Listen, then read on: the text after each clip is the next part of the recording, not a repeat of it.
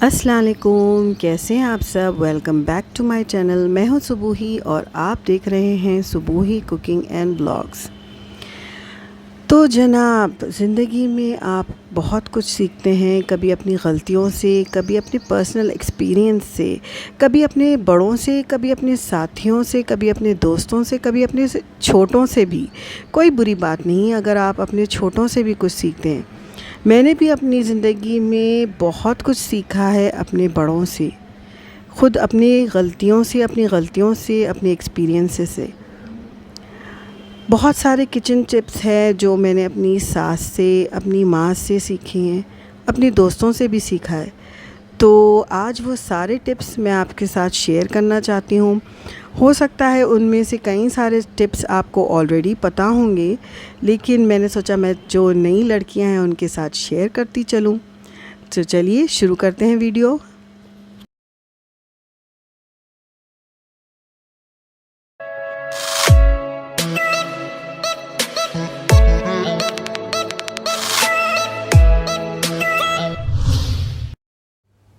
Hi there. If you haven't yet subscribed to my channel, kindly do so. And to get notified for new videos, don't forget to hit the bell notification sign. And of course, please do like the videos too. सबसे पहली tip, अक्सर सालन बनाते वक्त जो तेल हमने सालन में यूज़ किया था वो नज़र नहीं आता, यानी कि सेपरेट नहीं होता। तो उसके लिए क्या करना है, आपने जो स्पून लिया था वो स्पून से आपने जो साइड्स में सालन लग गया था पतीले पे या कुकर में, उस सालन को स्क्रैप आउट करना है। यानी कि जो छींटे वगैरह साइड्स में आ जाते हैं उनको आपने स्क्रैप आउट करना होता है। फिर थोड़ा सा पानी आप डालें और जो है ना, इसको बिल्कुल धीमी आंच पर इसको छोड़ दें आप। जब आप इसको धीमी आंच पर छोड़ देंगे तो जो तेल है वो ख़ुद ब खुद सेपरेट होकर ऊपर आ जाएगा। है ना आसान। तो ये टिप मुझे मेरी सास ने सिखाई थी और उनको उनकी अम्मी ने। तो बेसिकली ये टिप मेरी नानी सास की है। अगली टिप जो मैं आपसे शेयर कर रही हूँ वो मैंने अपनी अम्मी से सीखी थी, मेरी मदर से। तो वो मैं उनको अक्सर देखती थी बचपन में ये करते हुए। तो जो ग्रेप्स वगैरह है, इस तरह के जो बेरीज़ वगैरह जो भी फ्रूट होते हैं इस तरह के, तो उनको वो 4-5 दफ़ा धो लेती थी, अच्छे से पानी में रिंस कर लेती थी। फिर उसको रात भर ना पानी में भिगोकर थोड़ा सा 1 टीस्पून के आसपास नमक डाल देती थी और फिर उसी तरह ओवरनाइट रख देती थी सोख करके, ताकि जो भी पेस्टिसाइड्स है या कुछ भी ऐसी हार्मफुल चीज़ उसको लगी होगी वो सारी निकल जाए। और इससे एक और फ़ायदा ये होता है कि जो ग्रेप्स में खटास होती है वो भी कम हो जाती है काफ़ी हद तक। तो इस टिप को ज़रूर आजमाइएगा। टिप नंबर 3, अक्सर चावल में और दालों में ना कीड़े बहुत लगते हैं और उसकी वजह से चीज़ें ख़राब भी होती हैं।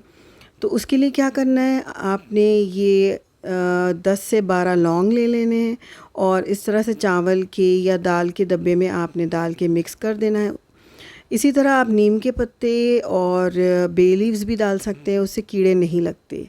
तो ये टिप मुझे मेरी सास ने सिखाई थी। अच्छा जी, अब नेक्स्ट टिप क्या है कि जो नई लड़कियां हैं जो कुकिंग सीख रही हैं उनको तोरी, यानी कि तुरई कुछ लोग कहते हैं, कुछ लोग तोरी कहते हैं, वो पकाने में मुश्किल होती है। मुश्किल क्या होती है कि अक्सर वो कड़वी निकलती है पकाने के बाद।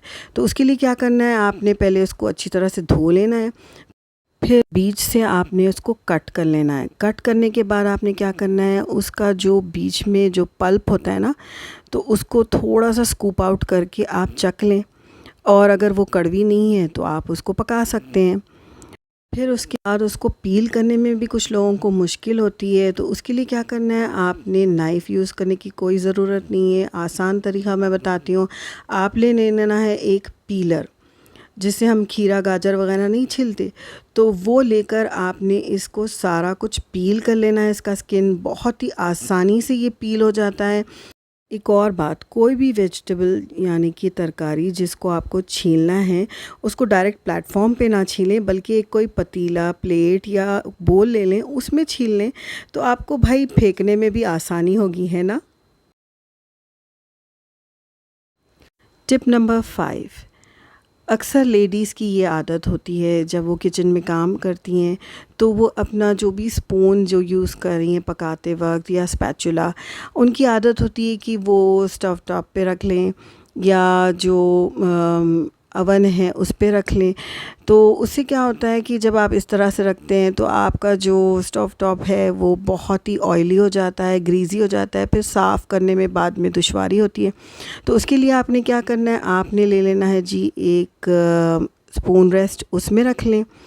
स्पून रेस्ट नहीं है तो कोई बात नहीं है, आप कोई भी स्टील की प्लेट रख लें, उसमें आप ये रख सकते हैं स्पून अपना या स्पैचुला। उससे आपका किचन समेटा हुआ भी लगेगा और फिर आपका जो चूल्हा है वो ख़राब भी नहीं होगा। ये अगली टिप मैंने मेरी मम्मी से सीखी है। उनको हमेशा यही करते हुए देखा है कि जब चाय बनाते हैं तो पतीला खाली करते वक़्त वो अक्सर ये इस तरह का कोई भी बड़ी छन्नी ले लेती थीं और उस छन्नी में ना सारा कुछ जो पत्ती होती थी वो इसमें निकाल लेती थीं और फिर कोई नीचे बोल या कोई भी डब्बा रख लेती थी ताकि वो जो पानी है चाय का जो पत्ती में रह जाता है अक्सर, तो वो सारा कुछ ड्रेन हो जाए और उसके बाद वो ट्रैश बिन में फेंकती थी ताकि ट्रैश बिन में स्मेल ना आए और जो पानी है वो बाहर ooze ना हो।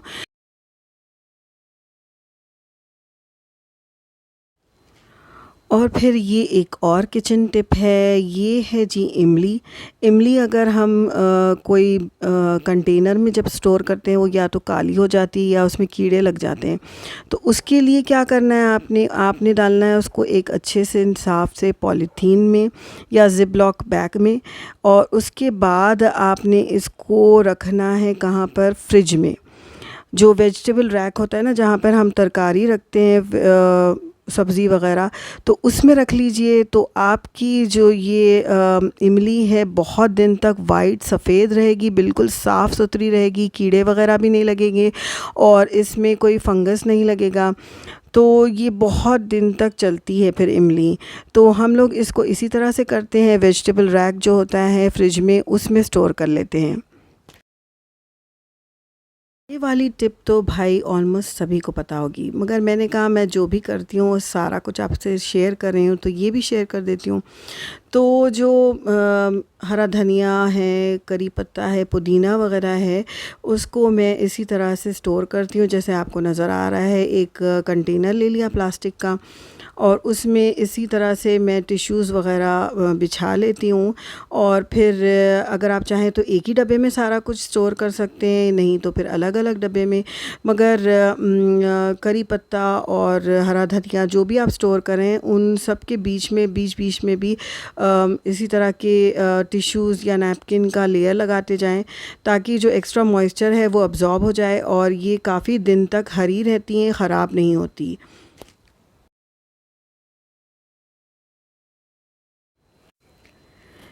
अब ये है जी नेक्स्ट स्टेप। यहाँ मेरे सामने है पालक। पालक के मैंने जो स्टेम्स हैं, मोटे पीछे जो स्टेम्स होते हैं वो काट लिए थे। फिर इसमें चेक कर लिया मैंने, कोई पत्तों पे अगर कीड़ है तो उसको निकाल दिया। फिर उसको मैंने धो लिया जी 4-5 पानी से। फिर उसके बाद मैंने मज़ीद इसमें पानी ऐड किया, नमक और 1 टीस्पून के आसपास मैंने विनेगर ऐड किया और फिर इसको इस तरह से 5-6 मिनट तक मैं रख दूँगी। फिर उसको ड्रेन करके मैं फिर पालक को यूज़ करूँगी।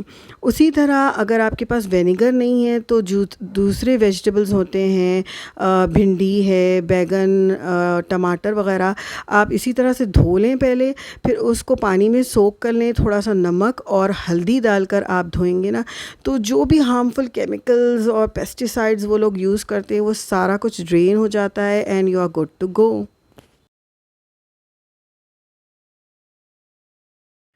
और फिर ये नेक्स्ट स्टेप है, इसमें मैंने सारे जो वुडन टूल्स होते हैं जो भी हम किचन में यूज़ करते हैं जैसे कि स्पैचुला और ये वुडन जो कटिंग बोर्ड है उसको मैं यहाँ पे देखें आप, तेल जो होता है हमारा नॉर्मल कुकिंग ऑयल, उससे ग्रीस कर रही हूँ। इस प्रोसेस को सीजनिंग कहते हैं। इसकी वजह से जो हमारे वुडन जो भी बर्तन हैं या टूल्स हैं किचन के, वो ख़राब नहीं होते, उसकी शाइन नहीं जाती। उसको आप तेल लगा दें इसी तरह से और छोड़ दें, और फिर यूज़ करने से पहले धो लें। इसको धोना नहीं है, इसको इसी तरह से छोड़ देना है। तो मैं ये रोज़ाना तो नहीं करती, मगर मंथली वंस करती हूँ।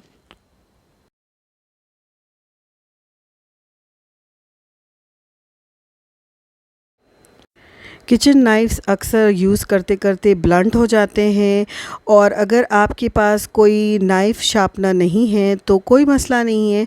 आप एक हेवी बॉटम वाला सेरामिक मग ले लें, और उसके बॉटम को आपने इस तरह से नाइफ़ को आगे पीछे रब करना है, इस तरह से।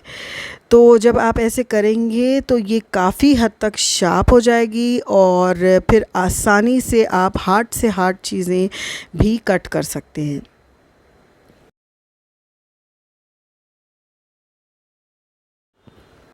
अदरक वग़ैरह छीलना भी लेडीज़ के लिए एक नाइटमेयर से कम नहीं है। इसको जब आप नाइफ़ से पील करेंगे तो ये बहुत मुश्किल और टाइम टेकिंग टास्क लगता है। तो इसका आसान तरीक़ा ये है कि पहले तो आप अदरक को सोक कर लें। यहाँ मैंने सोक नहीं किया, ओवरनाइट सोक कर लें। फिर उसको जो है ना इस तरह से तोड़ के कोई भी शार्प सा टीस्पून जो आपका रेगुलर टीस्पून होता है, वो टीस्पून लेकर आसानी से आप इसको पील कर सकती हैं। ये आप यकीन जानिए, नाइफ़ से ज़्यादा तेज़ और नाइफ़ से ज़्यादा जल्दी आपको पील करके जिंजर दे देगा। तो आपका स्पून इस तरह से भी काम आ सकता है, कभी आपने सोचा नहीं होगा। तो देखें, ये मैंने टीस्पून लिया और फटाफट मैंने इसके जो ये कोर है उससे इसको छील लिया।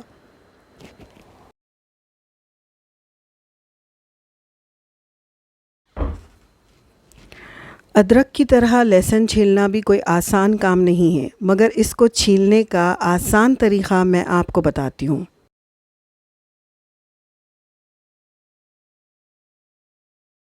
सबसे पहले हम लहसुन को तोड़ लेंगे और इसके जो क्लोव्स हैं उसको अलग अलग कर लेंगे। उसके बाद मैंने क्या किया, मैंने उसको एक माइक्रोवेव कंटेनर में डाल दिया।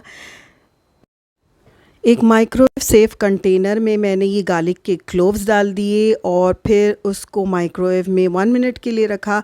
आप अपने माइक्रोवेव के हिसाब से करें, 30 सेकंड्स भी लग सकते हैं या 1 मिनट भी लग सकता है। जब मैंने इसको बाहर निकाला तो सारे पील्स यानी कि छिलके अलग हो गए थे और क्लोव्स अलग हो गए थे। है ना बहुत ही आसान से टिप्स। ये सारे टिप्स एंड ट्रिक्स आप रोज़ाना अपने किचन में यूज़ कर सकते हैं, अपनी कुकिंग के दौरान यूज़ कर सकते हैं। I hope you liked my video, and if you did, please do give it a big thumbs up, क्योंकि ये वीडियो मैंने एक दिन में नहीं, बहुत सारे अलग अलग दिन में शूट की थी। काफ़ी सारी मेहनत भी इसमें गई शूट करते वक्त। तो मैं उम्मीद करती हूँ कि आपको ये वीडियो ज़रूर पसंद आई होगी, और पसंद आई तो लाइक करें, शेयर करें, प्यारे प्यारे कमेंट्स करें, और अगर आपने अब तक सब्सक्राइब नहीं किया तो प्लीज़ सब्सक्राइब ज़रूर करिए। जब तक कि अपना बहुत ज़्यादा ख्याल रखें। Do take care. अल्लाह हाफ़िज़। बाय।